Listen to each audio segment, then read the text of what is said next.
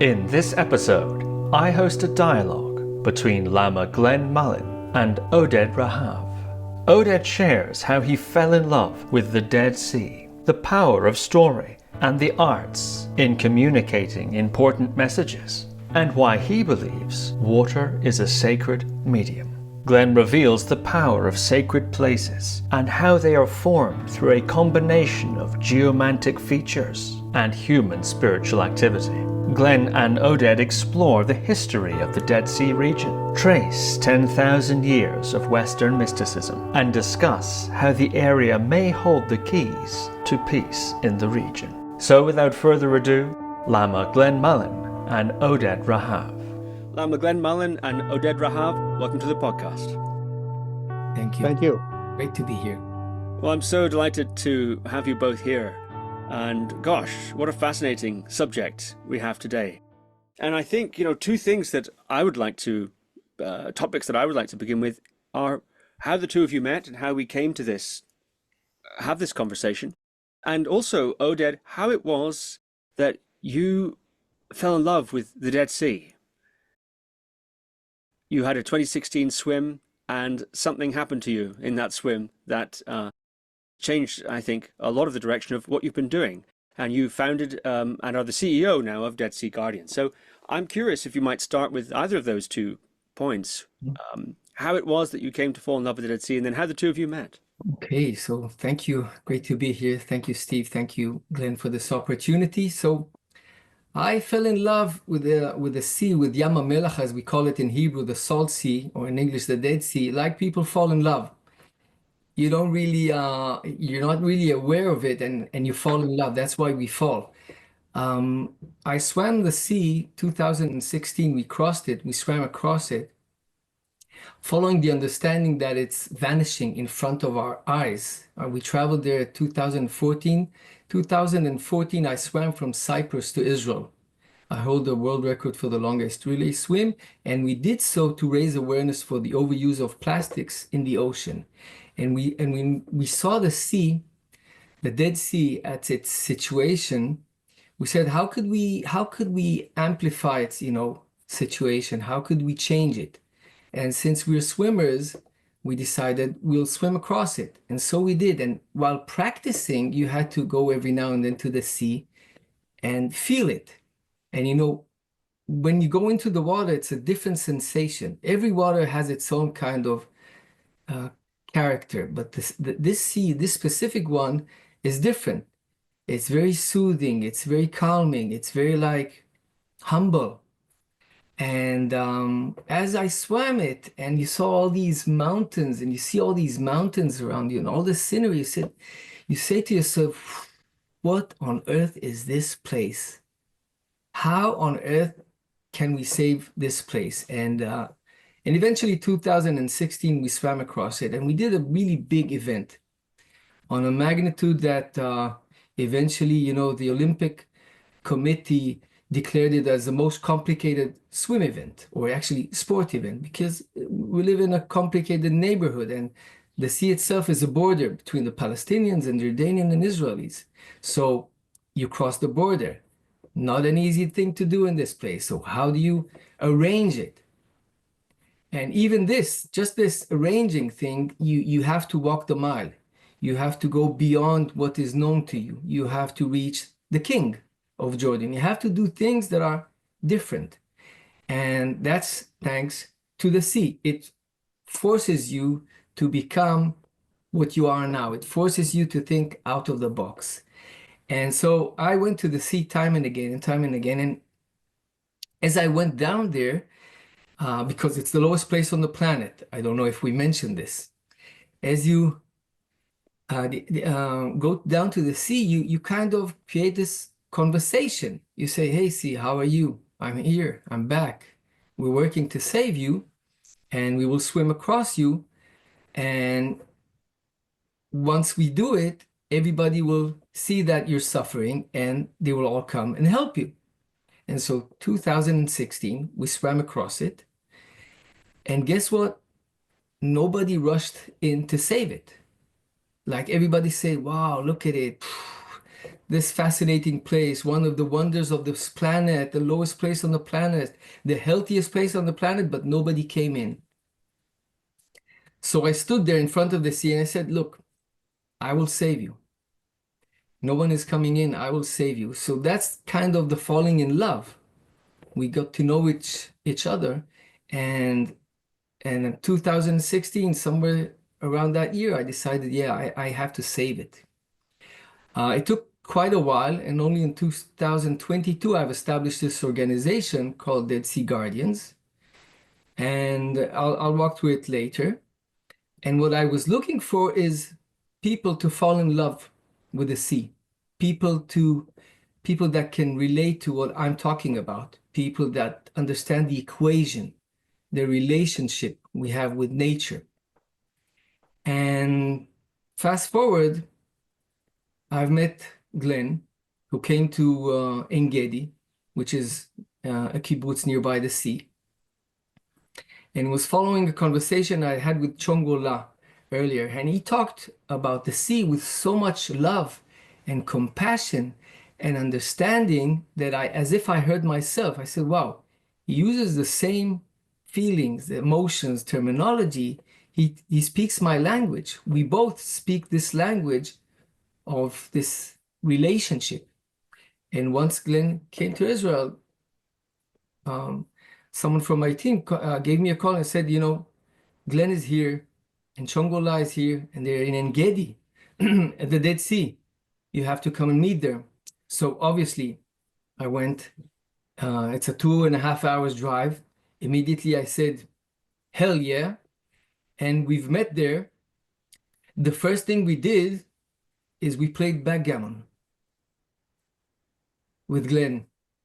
And that's when I understood that this is how you make friends. And this is how you build trust. And this is how you connect.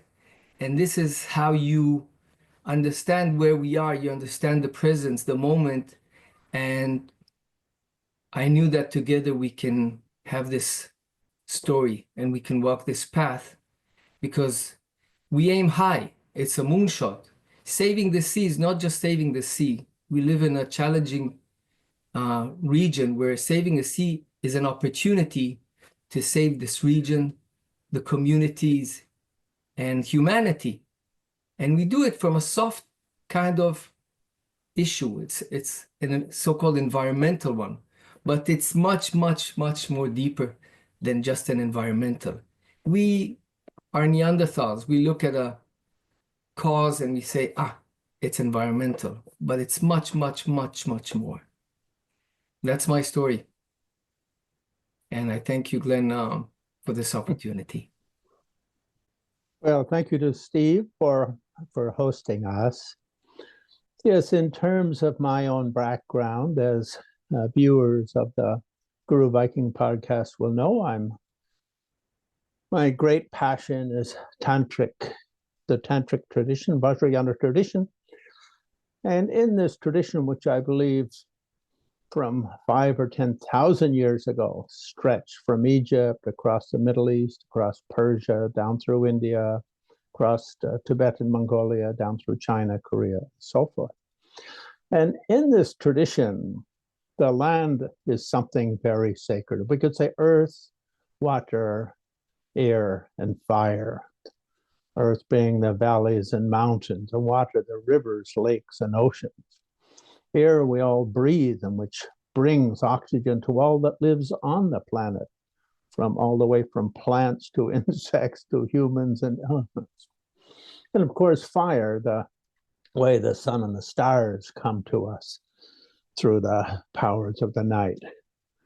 And in this Vajrayana tradition, the power of sacred places is, you could say, greatly emphasized. So for many years, I've been involved in pilgrimages to sacred places the world over: Nepal, Bhutan, Tibet, Mongolia, West China, North India, and so forth. And I've always noticed that when you're in a place which has been sacred to mystical peoples, the wisdom holders, the knowledge holders for thousands of years, that the energy almost jumps out of the planet and almost lifts you off your feet and floats you in the air a couple of inches above the earth. I had that experience the first time I went to many places in Israel back in 1971 on my way to Dharamsala, on my way to India, my 12-year training. My first time in Bodh Gaya, the place of Buddha's enlightenment, Rishikesh, where many great yogis in India have practiced, the great shaman mountains in Mongolia, and also in Nepal, Tibet, and so forth. And wherever I've gone with those sacred places, I've done whatever I could, whatever is within my abilities to bring attention of the importance to our human society of fostering this, you could say, very subtle energy, very subtle sacred grace that our ancestors have infused into our land. I remember in one talk once given by one of the American politicians, they said the humans are like fleas on a buffalo. We're not very big, but we can agitate that buffalo or even bring diseases to that buffalo. In that same way with humans, we can infuse the earth with gracious energy, with grace, or with enlightenment energy, if we want to use a kind of a Buddhist term, or with sacred grace or divine grace. So when I visited the Great Salt Sea, that the Egyptians termed the Dead Sea because they got its salts and muds to make their mummies, so it took on the name the sea, which is sacred for mummification. And, you know, in the West, we sort of simplified it to simply the Dead Sea. We left out the mummification thing.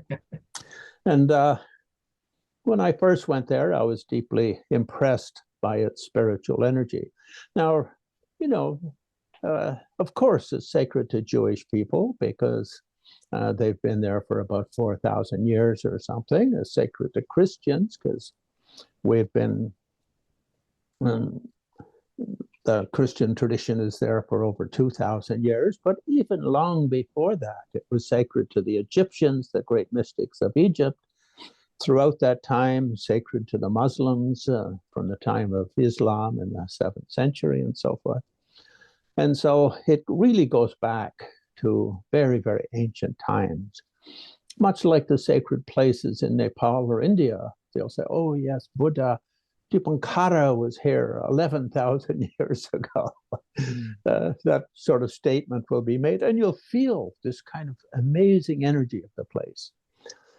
I was just this morning, I noticed a statement by the great Roman poet Horatius, and he says, if you embrace the world with great love, the garden of your life blooms. If you turn your back on love, your whole world becomes dark and drab. And I think that's very true with sacred places. A miner can look at a mountain and think, let's bulldoze it down and take out a few rare metals, or let's empty a lake and get the whatever is at the bottom of the lake, and so on. But we have to go beyond quarterly profits of multinational corporations and look at our earth for how it's going to endure in the future. I love a statement by North American natives which said, anything you do to change the earth, to interfere with the earth, interfere with nature, you should ask yourself first the question, how will this go for the next 3 generations, the next 100 years, you could say. And we have to start looking at the earth like that. So when I visited the Great Salt Sea, listen, I would even like to call it the Great Healing Sea of Israel, because its salts were used as mineral baths, curing all kinds of skin diseases and blood poisoning and hundreds of diseases where can be benefited and healed just by soaking in those waters. So we could call it the Great Salt Sea or the Dead Sea. We could also call it one of the greatest healing waters, bodies of water in the world. Now, I think it's quaint that they call it a sea, because the sea in Tibetan is Dalai, like Dalai Lama. Mm. And of course, I'm a very big fan of the Dalai Lama. I knew him very well during my 12 years training in Dharamsala. And he always says that if everyone of good conscience does what they can in this next few decades, few generations, our world will go very well. And there's a Buddhist prophecy, will go well for 1,000 years of golden light or golden age. And if we turn our back on it, as Horatio put it, it'll become dark and drab.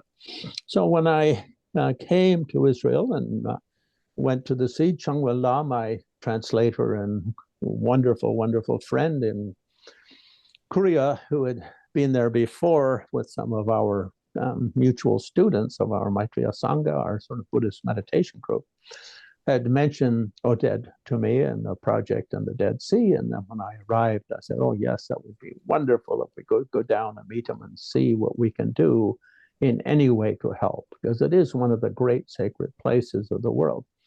Now, Oded mentioned kind of a target, you could say. If we can get 1 million friends, 1 million signatures on Guardians of the Dead Sea on their website, we might be able to push the Israeli government to declare it a world treasure or world heritage site. And of course, that would go a long way to having other organizations around the world declare it a world heritage site. So from the point of view of saving it, there's that side of it. From the point of view of a kind of a more mystical side, you could say, you've got Israel on the west, you've got Egypt to the south, Jordan to the east, and Lebanon to the north, and Golan Heights and so forth. And so you could say it could be a real zone of peace between these 4 or 5 great natures, great nations, great cultures. It could also bring peoples of good heart together, working for the common good. When you try to solve political problems politically, often you just get stonewalled. It's like, Catholics versus Protestants. They come up with their dogmas and they just lock horns, and it's a stalemate for 2,000 years. And I think if you go outside of the political arena and you look at what is the common heritage, then all 4 or 5 of those nations share long histories with the Dead Sea. And of course, Turkey, which ruled that, the Ottoman Empire ruled that area for 350 years, 400 years, also has a deep spiritual interest in it. So when Oded mentioned swimming across it, and at that time bringing in some Palestinians and some Jordanians and involving Lebanese in it, it really did seem like a wonderful way to explore possible softening of the walls that divide the various communities in that area, because it's been a healing center for all of them for 5 or 10,000 years. But the important thing is, remember, we need 1 million signatures on the Guardian. And so I've asked many of my people to my friends to link in.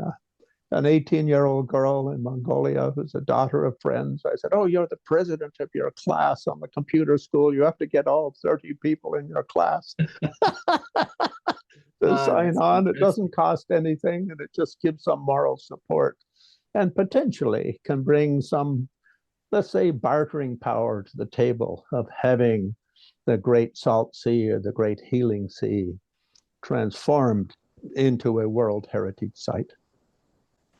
Glenn, thank you so much. Your insights emphasize time and again this path, because we're talking about water and going all the way biblical and beyond. It was always this water. Water is a sacred medium. Water is the thing here.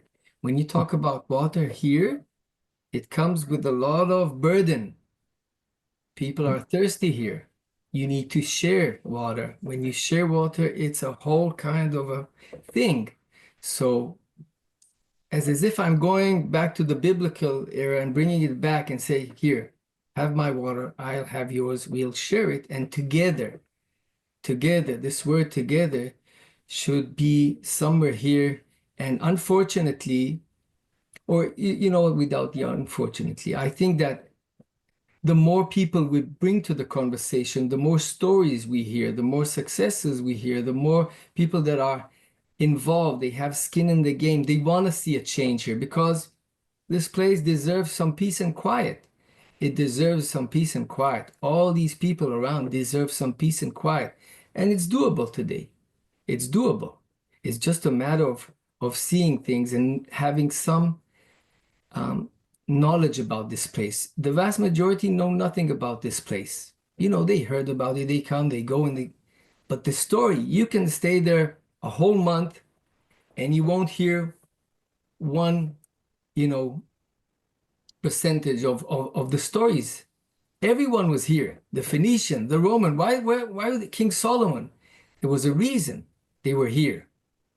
So how could we, through storytelling and embracing wisdom, this is one of the things I fear we've kind of lost in this era. We've invested too much in technology and power, but we somehow forgot wisdom, spirituality, creativity, building relationship.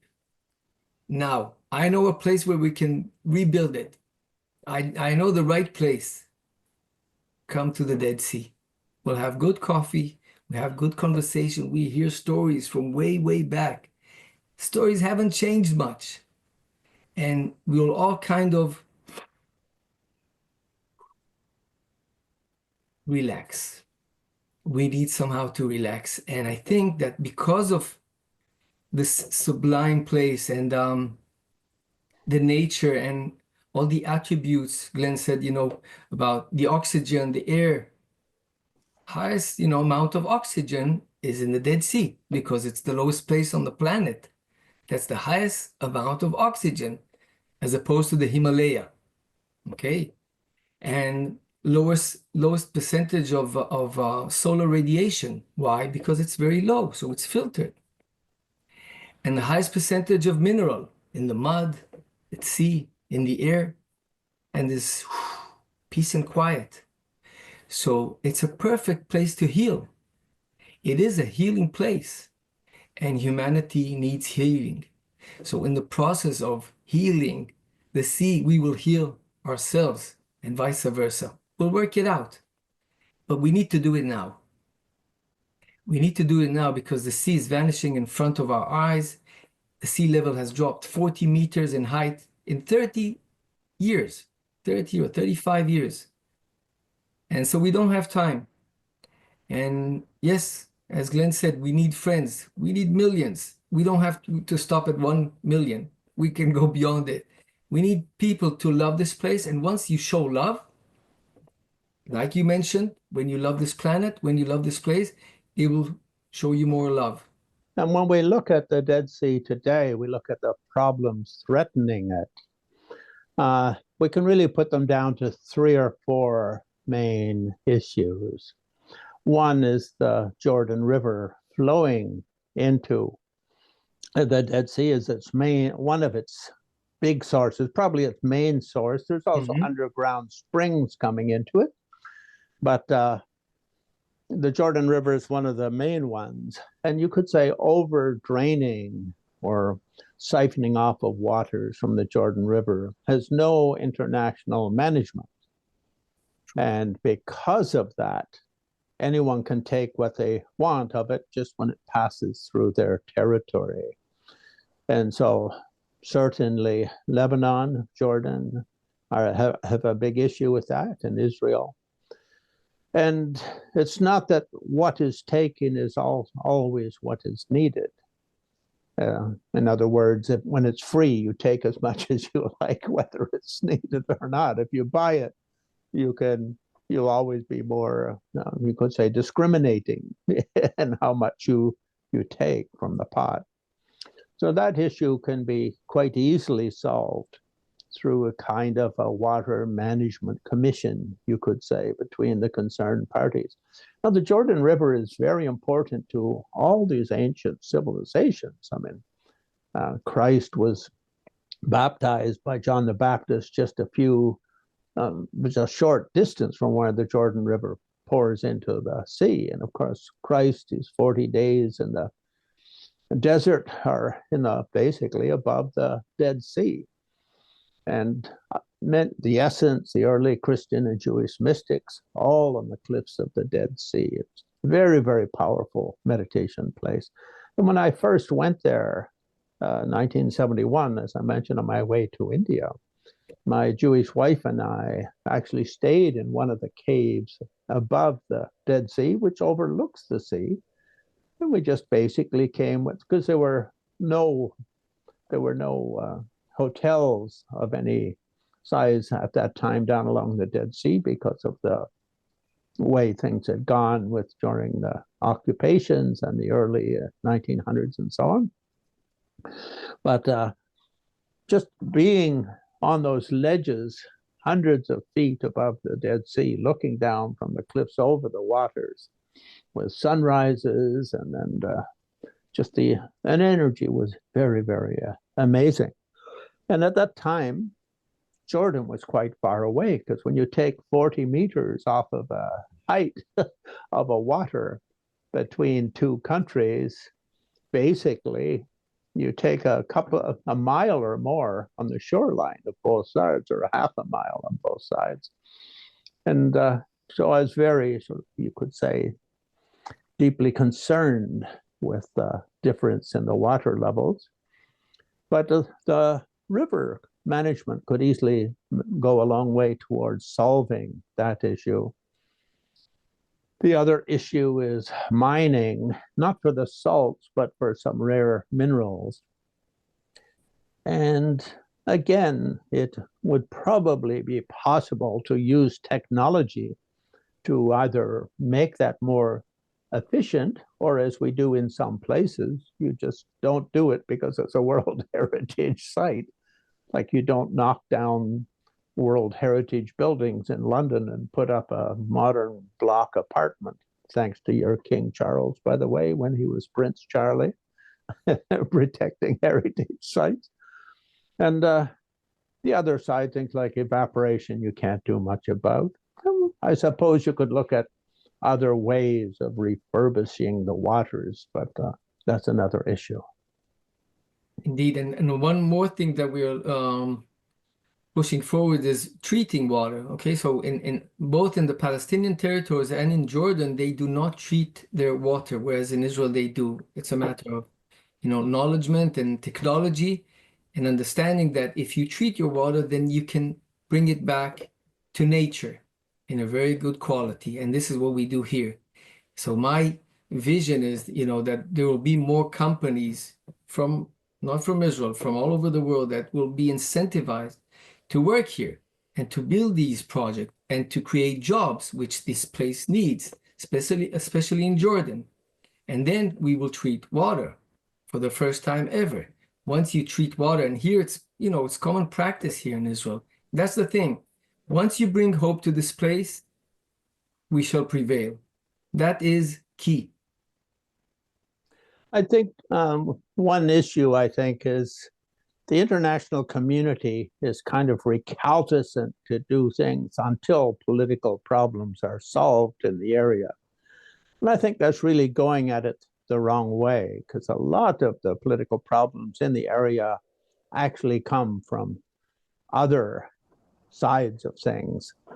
Certainly, as Oded mentioned, unemployment in Palestine and the surrounding areas can often be very, very high. And nobody internationally has put much effort at all into solving that issue, just thinking we'll solve the Israel-Palestinian conflict and then we'll invest. But in reality, the conflict is largely sustained, at least, and encouraged, fostered by the lack of employment of young men and women in the Palestinian territories. And that's largely because, as like everywhere in the world, international investment is what brings employment.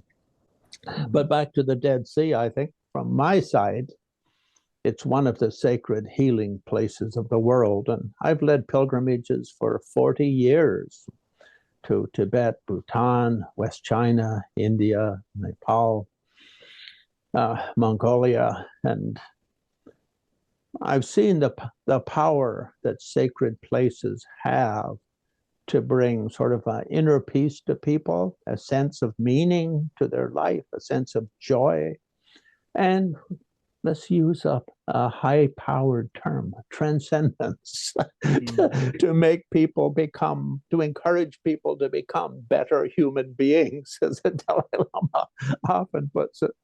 That is really the big question in our life. How do we all become better human beings?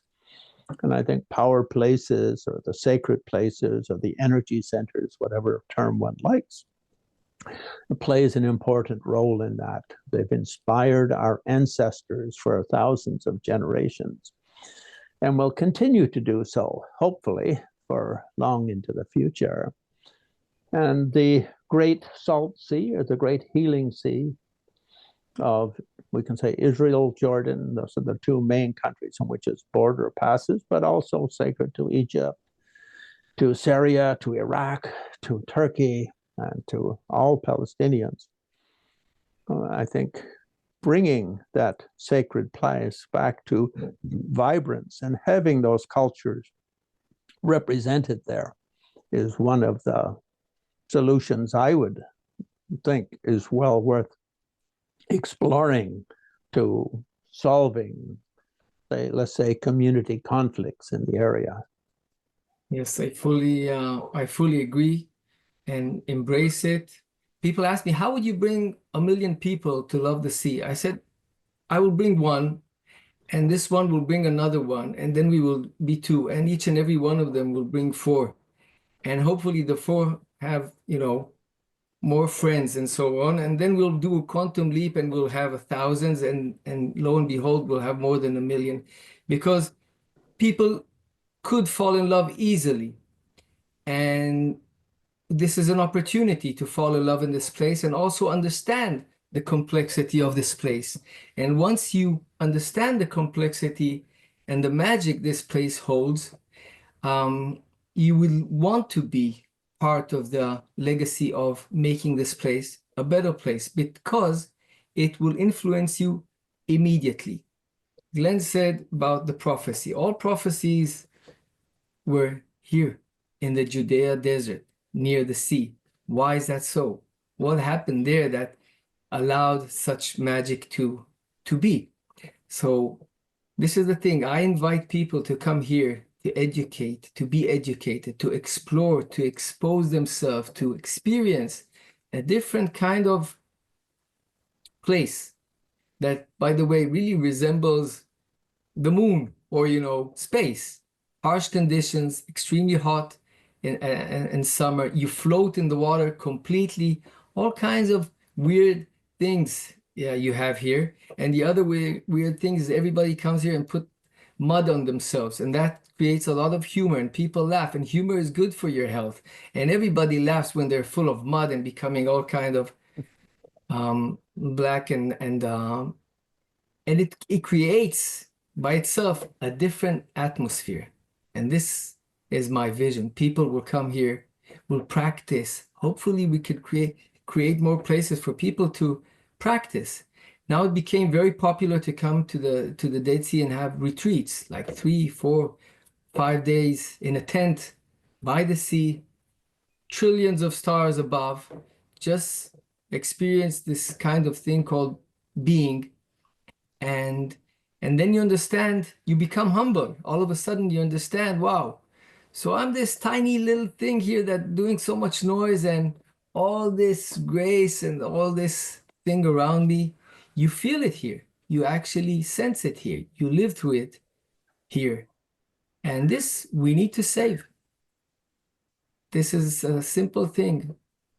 Simple thing that we all need to do. And one of my programs, well, we have a few programs in which I would like to share with others, but you can hop into the website and understand. But one of them is kind of creating twin rivers, kind of an alliances between rivers.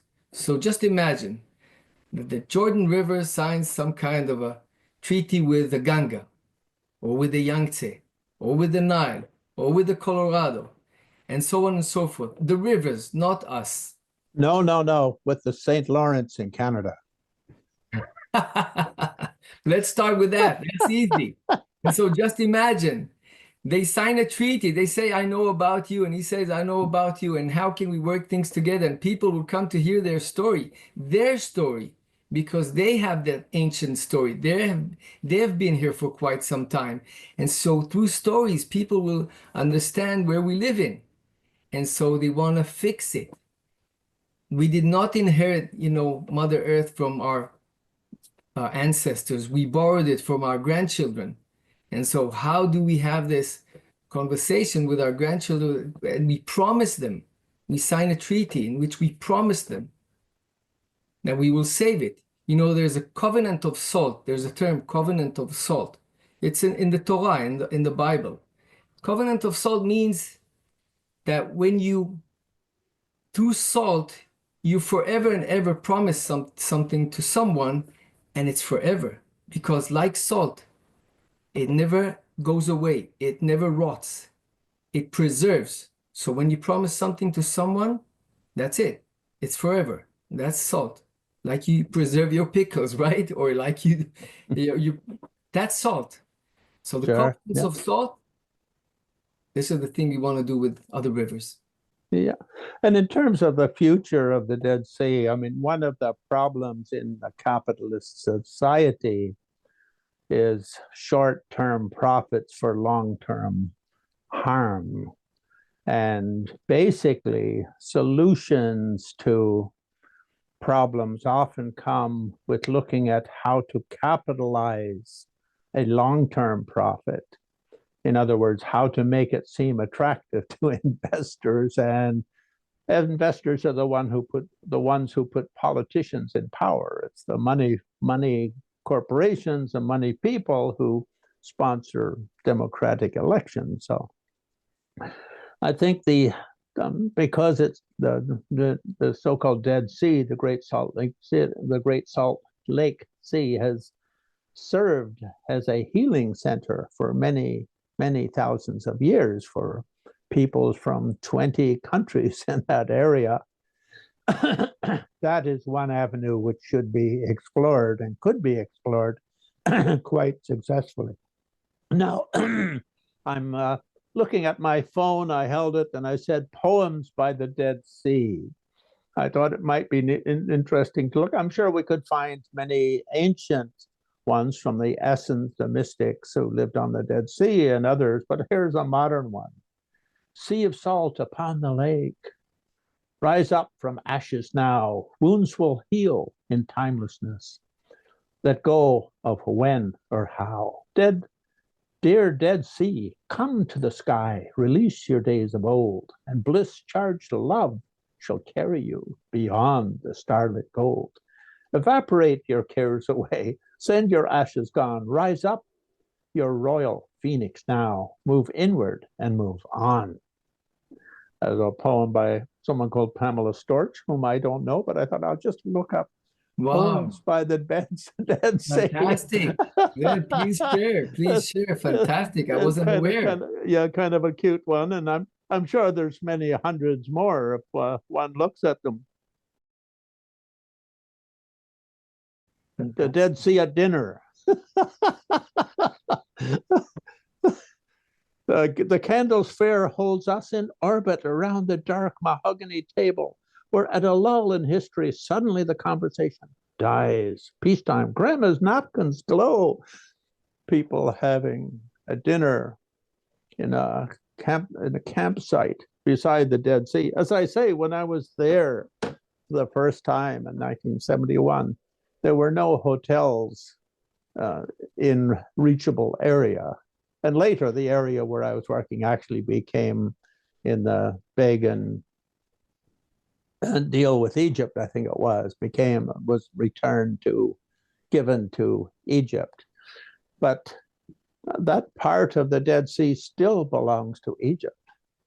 And earlier Oded was saying, oh, and we could all sit by the Dead Sea and have a coffee and then take a soak in the healing waters.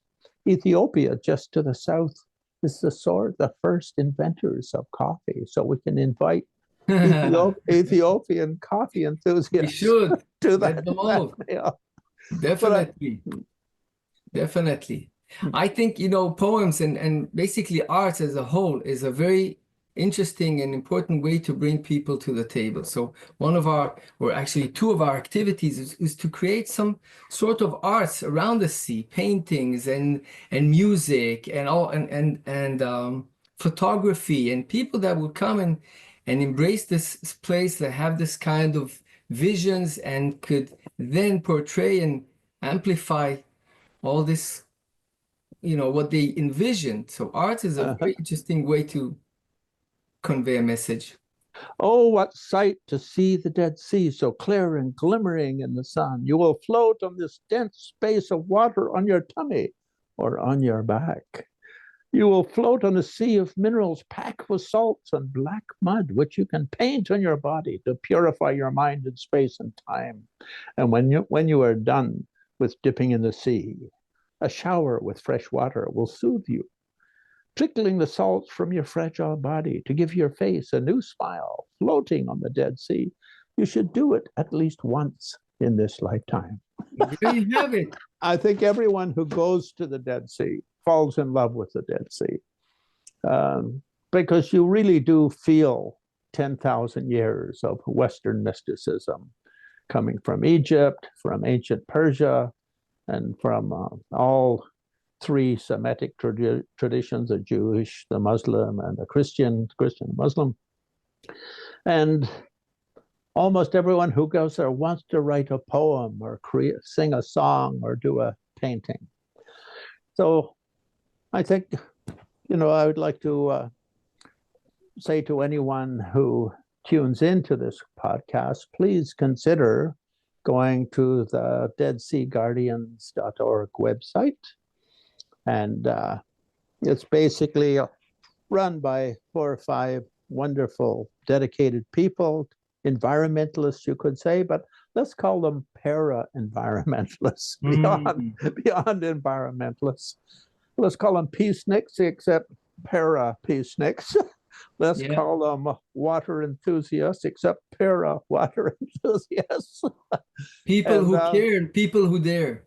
And just sign on as friends of the Guardians of the Dead Sea. It doesn't cost anything, and your name on the list may help to bring peace to that area in a kind of a subliminal way. Save one of the great sites, which is the fountainhead or the source of so many Western mystical traditions and Middle East spiritual traditions. And in addition of that, one of the great healing centers of the planet. So those are my final remarks. And thank you all very much for tuning in. And Oded, if you could say something too.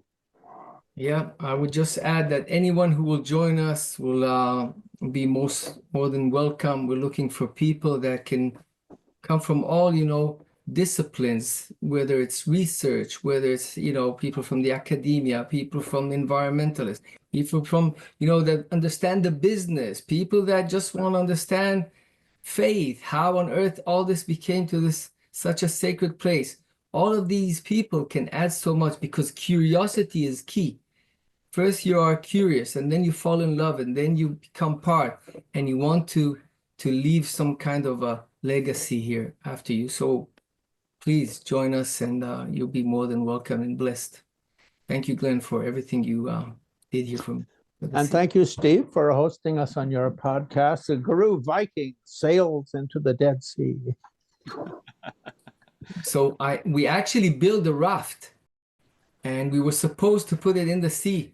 No, Vikings did not use rafts. Well, We will bring anything of the Viking that can go on that sea, and yeah, you can actually have the podcast from the lowest place on the planet. Now, Steve in England lives on a houseboat, so he may float his houseboat all the way over.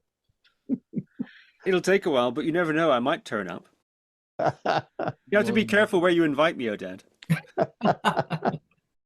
And that's the website is deadseaguardians.org. And of course, the links to that will be in all the episode descriptions. I wonder if you all are in a hurry, or may I ask a follow-up question? I got the sense that maybe there was a deadline that was approaching.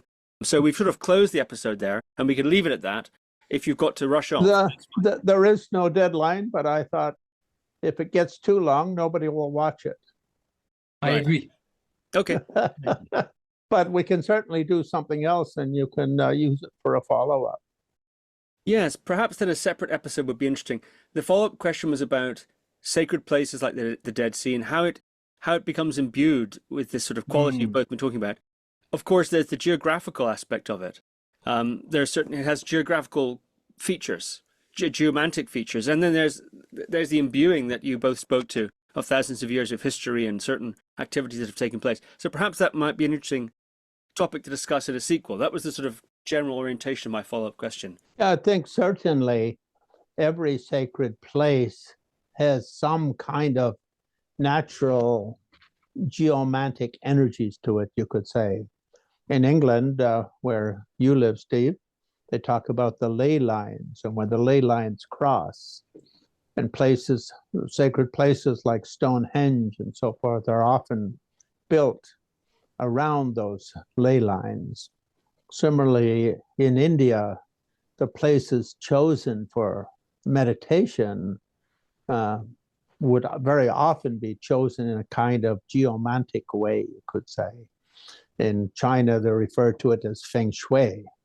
And so the Chinese always looked at the feng shui of every place. I think the Dead Sea, from the point of view of energy-wise, balance of earth, water, fire, and air, these four elements of which everyone's body is made. And there's solid things in our body and the liquid things and the warmth and the energy side. When you come into a place that has these four great elements in balance, that's one of the geomantic sides of Tantric Buddhism. So when they choose where to build a monastery in Tibet or a meditation hermitage, they always look at the balance of the energies. It should be a strong earth and looking out with a vast view of the sky for the sort of air space element, and with the sun in a particular way and the stars in a particular way for the fire. And of course, a body of water, either a stream running down beside you or a body of water in front of you, brings strong energy. And I think if you look at the Dead Sea, something that Oded mentioned, it's the lowest place on earth and then therefore has the highest oxygen content. We notice with elderly people, not young people like me, but elderly people in their late 80s and upwards, they often have to put an oxygen tube in their nose to walk around, get the energy to walk around. I think one of the reasons why the Dead Sea has produced many great mystics over the centuries and millenniums has been this sort of high oxygen level. And I did notice that the times I've spent on the Dead Sea, one certainly sleeps much deeper and much more relaxed with that kind of balance of the elements. I fully agree with that. Fully agree. But, I think in terms of saving the Dead Sea, people have to become more aware of both the benefits and the meaning, you could say, the historical importance and the present day benefits. Otherwise, if we don't understand the historical benefits of a traditional ancient forest, the developers will just raise it down and put in square box apartments, cement apartment buildings. And utilizing, well, earlier I quoted the North American native statement, how will this what impact will this have over the next 3 generations, the next century, is, I think, a very important issue with everything we do on planet Earth from here on. Would have been better if we started. I remember Oded used an expression. He said it would be better if we started 20 years ago, but the next best thing is to start now. Mm-hmm. Yeah, like I can really relate to what you said, because yeah, corporates, money, it moves us all. And my thing is to understand how I could bring faith into the table. How can I bring spirituality? How could I bring the future to now and say, listen, if I tell you that if you do this and this now, then in the future, I can promise you. But can I? Who am I? You see, this is the ongoing conflict. I presented our parliament every now and then. And once I actually stood up and said, listen, I come from the future. I'm telling you now things from the future. And you'll simply have to believe me. That's it. You'll simply have to believe me. And this place has to be saved. Period. Just believe in what I say, and let's move forward from that point on.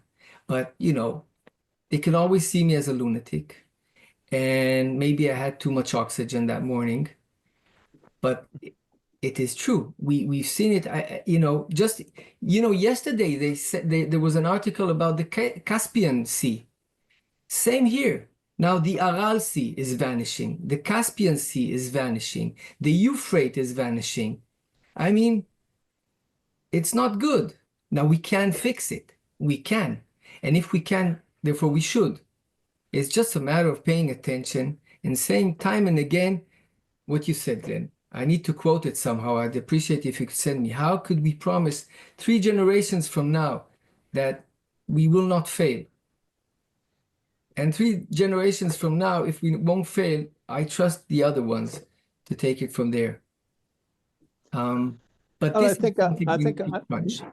I think a lot of what can be accomplished, many of the good things accomplished on the planet begins with 1 or 2 people noticing that something is wrong and needs correction.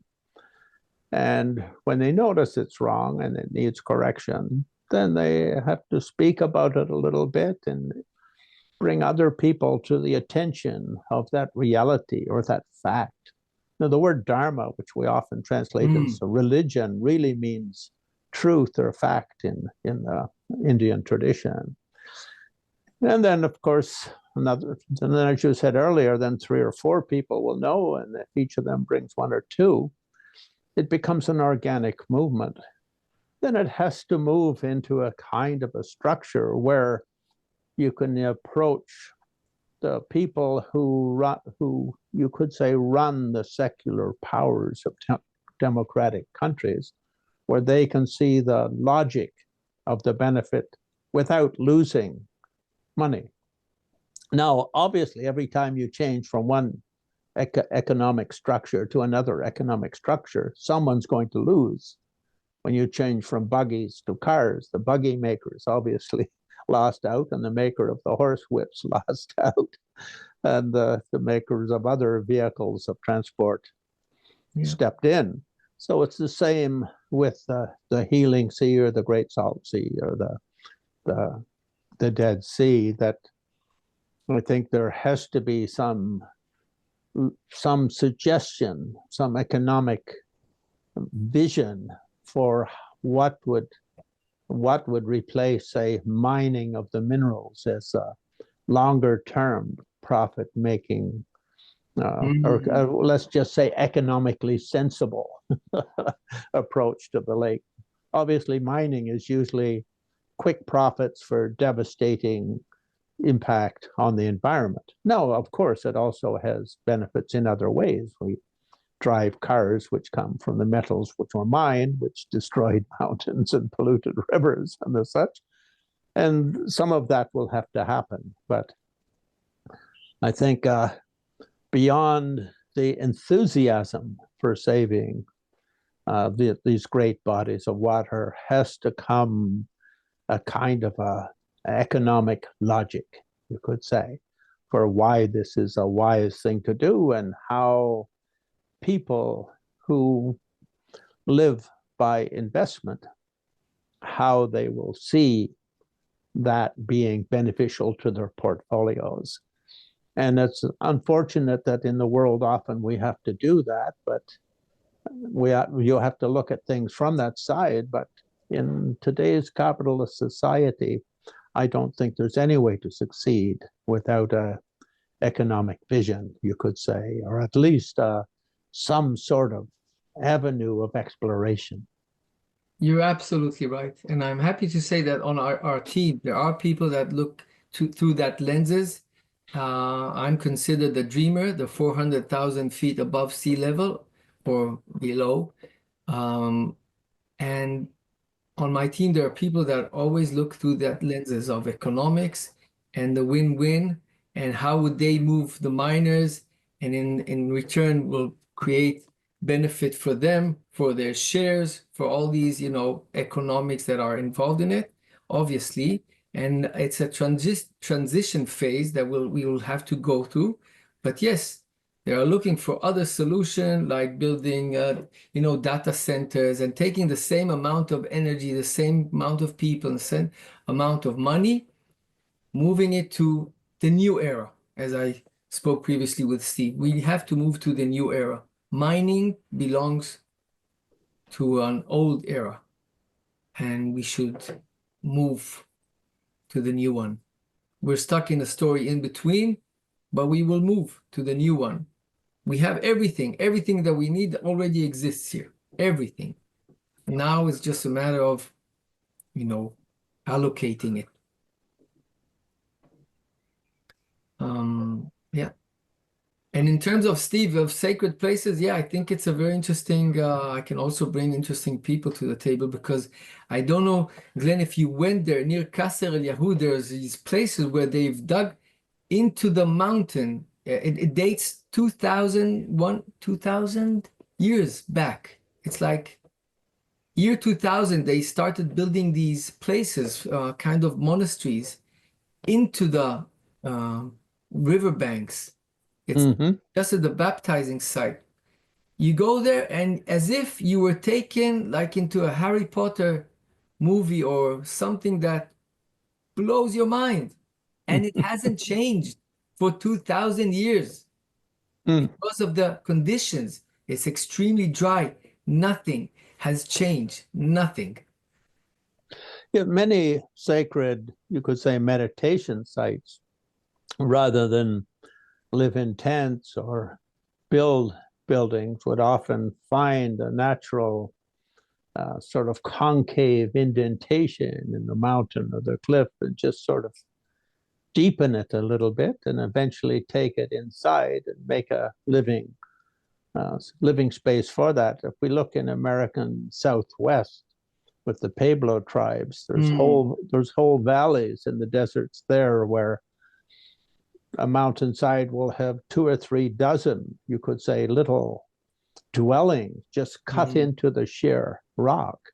Wow. And in that way, all you have to do is you've got the heating from the sun and the natural cooling from the air and protection from the elements. And it's very comfortable living. Similarly, many of my pilgrimages to Tibet that I used to lead before COVID would be to the sacred caves. Why did meditators choose caves rather than just build a little hut?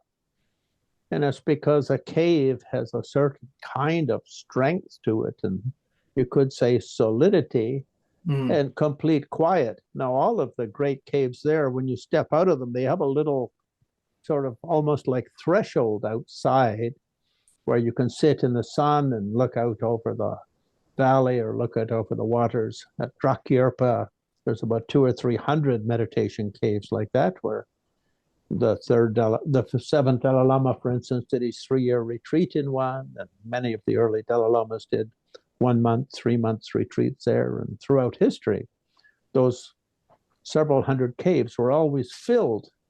Wow. Not even today in Tibet, in Chimpuk, behind Semye, the early monastic university, the retreat center, there's probably 100 meditation caves. And if you want to do a retreat there, you have to put your name on a list. And when someone finishes their 3-year meditation, they come out and come back in. So I think that mystical side of the Dead Sea is really to be explored and should be, I hate to use the word capitalized, but capitalized. Because those meditation sites have great history to them and great spirituality to them. And the entire Jewish, Christian, and Muslim worlds owe a tremendous debt to the sort of spiritual energy and spiritual visions that were achieved by the mystics in those areas. And of course, it doesn't have to end there. One could still make retreat and healing centers where people could come and spend a month and just walk from your home away from home, a little cave on a cliff overlooking the Dead Sea, walk down to the waters and do your daily self. And now the healing power of the lake is really something I'm very interested in. I studied Tibetan medicine for about a year. Also, Steve, by the way, is pretty well a Tibetan MG now. He's been studying it for quite a few years. And in the Indian, we call it Buddhist Ayurveda, which comes to Tibet, they talk about 8 kinds of spring waters, and each of those has great healing powers for particular kinds of problems. And it would be very interesting to see what kind of healing retreats could be done for people with specific problems. A simple example, one of my favorite Lama friends, he's now teaches in Emory University for the last 30 years, but a friend of mine, during my training back in India, started going paralyzed in the right side of his body. And he just started losing use of his arm, and his leg would just go numb. And he went to Dalai Lama's doctor in Chigenla, Ishidandan, and he sent him to a hot spring area up in the Manali Valley area, and just 2 20-minute soaks a day for 30 days. And rather than be paralyzed in the right side of his body for the rest of his life, it became completely better, 100% better. And now we're 40 years later, and he's running around in Atlanta, teaching in the university, running back and forth into India and down to the monastery in South India, running programs with bringing 10 monks at a time to Emory to study Western science, studying Western scientists to the monastery in India to study meditation and document and read. So I think the healing power of the lake is something that really has to be, may I use a word that I hate, exploited. Yes, I actually, 2 years ago, I reached this, I was actually reached by Netflix, but then the war, but then everything happened, and I lost contact with them. But I wanted to, for them to create a documentary about the healing site called the Dead Sea, and to bring, people as such, people that have something beyond, and they understand the healing characteristic of this place, and create a documentary just about the healing. And I assume that this could be such a kickstart, such a point to start talking about this place and not talking about all other challenges. But first of all, let's talk about the healing attributes, and then all the economics and all the modern world and all we will hush them for a moment. And then once they're hushed, we can crawl up and start moving our things to be kind of to do it in a clever way, in a wise way, to tell the story. And then people will understand that not just because we're talking about the money, just because we're talking about healing attributes. Yeah. Let's do it, Steve. And looking online again, it says the Dead Sea is renowned for its therapeutic benefits, particularly from skin conditions and rheumatic and arthritic diseases. And I think in the West today, probably 1 in 10 or more people suffer quite intensely from one of those two problems, rheumatism and arthritis being very high on this.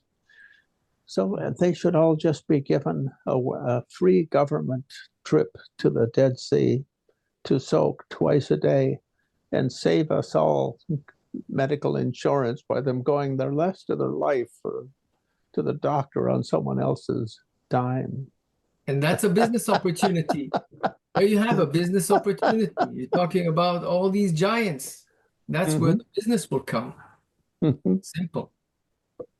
I think it's a little bit like the healing power of ayahuasca, the psychedelic used by the shamans of the Amazon. That's the first in America. There was a lot of resistance to it, a lot of problems for it. When I was I've never done it myself, so even though I do admire, though I have admiration for the stories I've heard of those who do.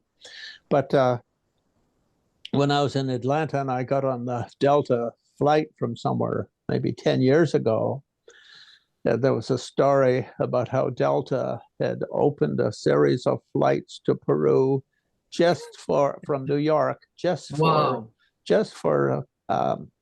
Wall Street types and bankers to do 10-day ayahuasca ceremony retreat. Just a Delta had only for ayahuasca flights. It was a story. It was a story in their own magazine about it. And I mean, obviously the government always resists any kind of change because governments look at what's in the past and they see their job as preserving the status quo. But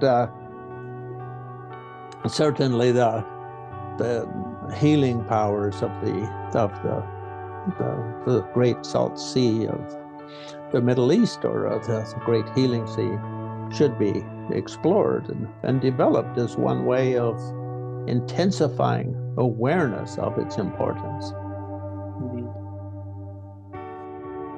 Well, thank you both. This has been fascinating. DeadSeaGuardians.org, Lama Glen Mullin and Oded Rahav, thank you very much. Thank you so much. Thank you. Thank you so much. Thank you, Steve. Thank you for listening to another Guru Viking podcast. For more interviews like these, as well as articles, videos, and guided meditations, visit www.guruviking.com.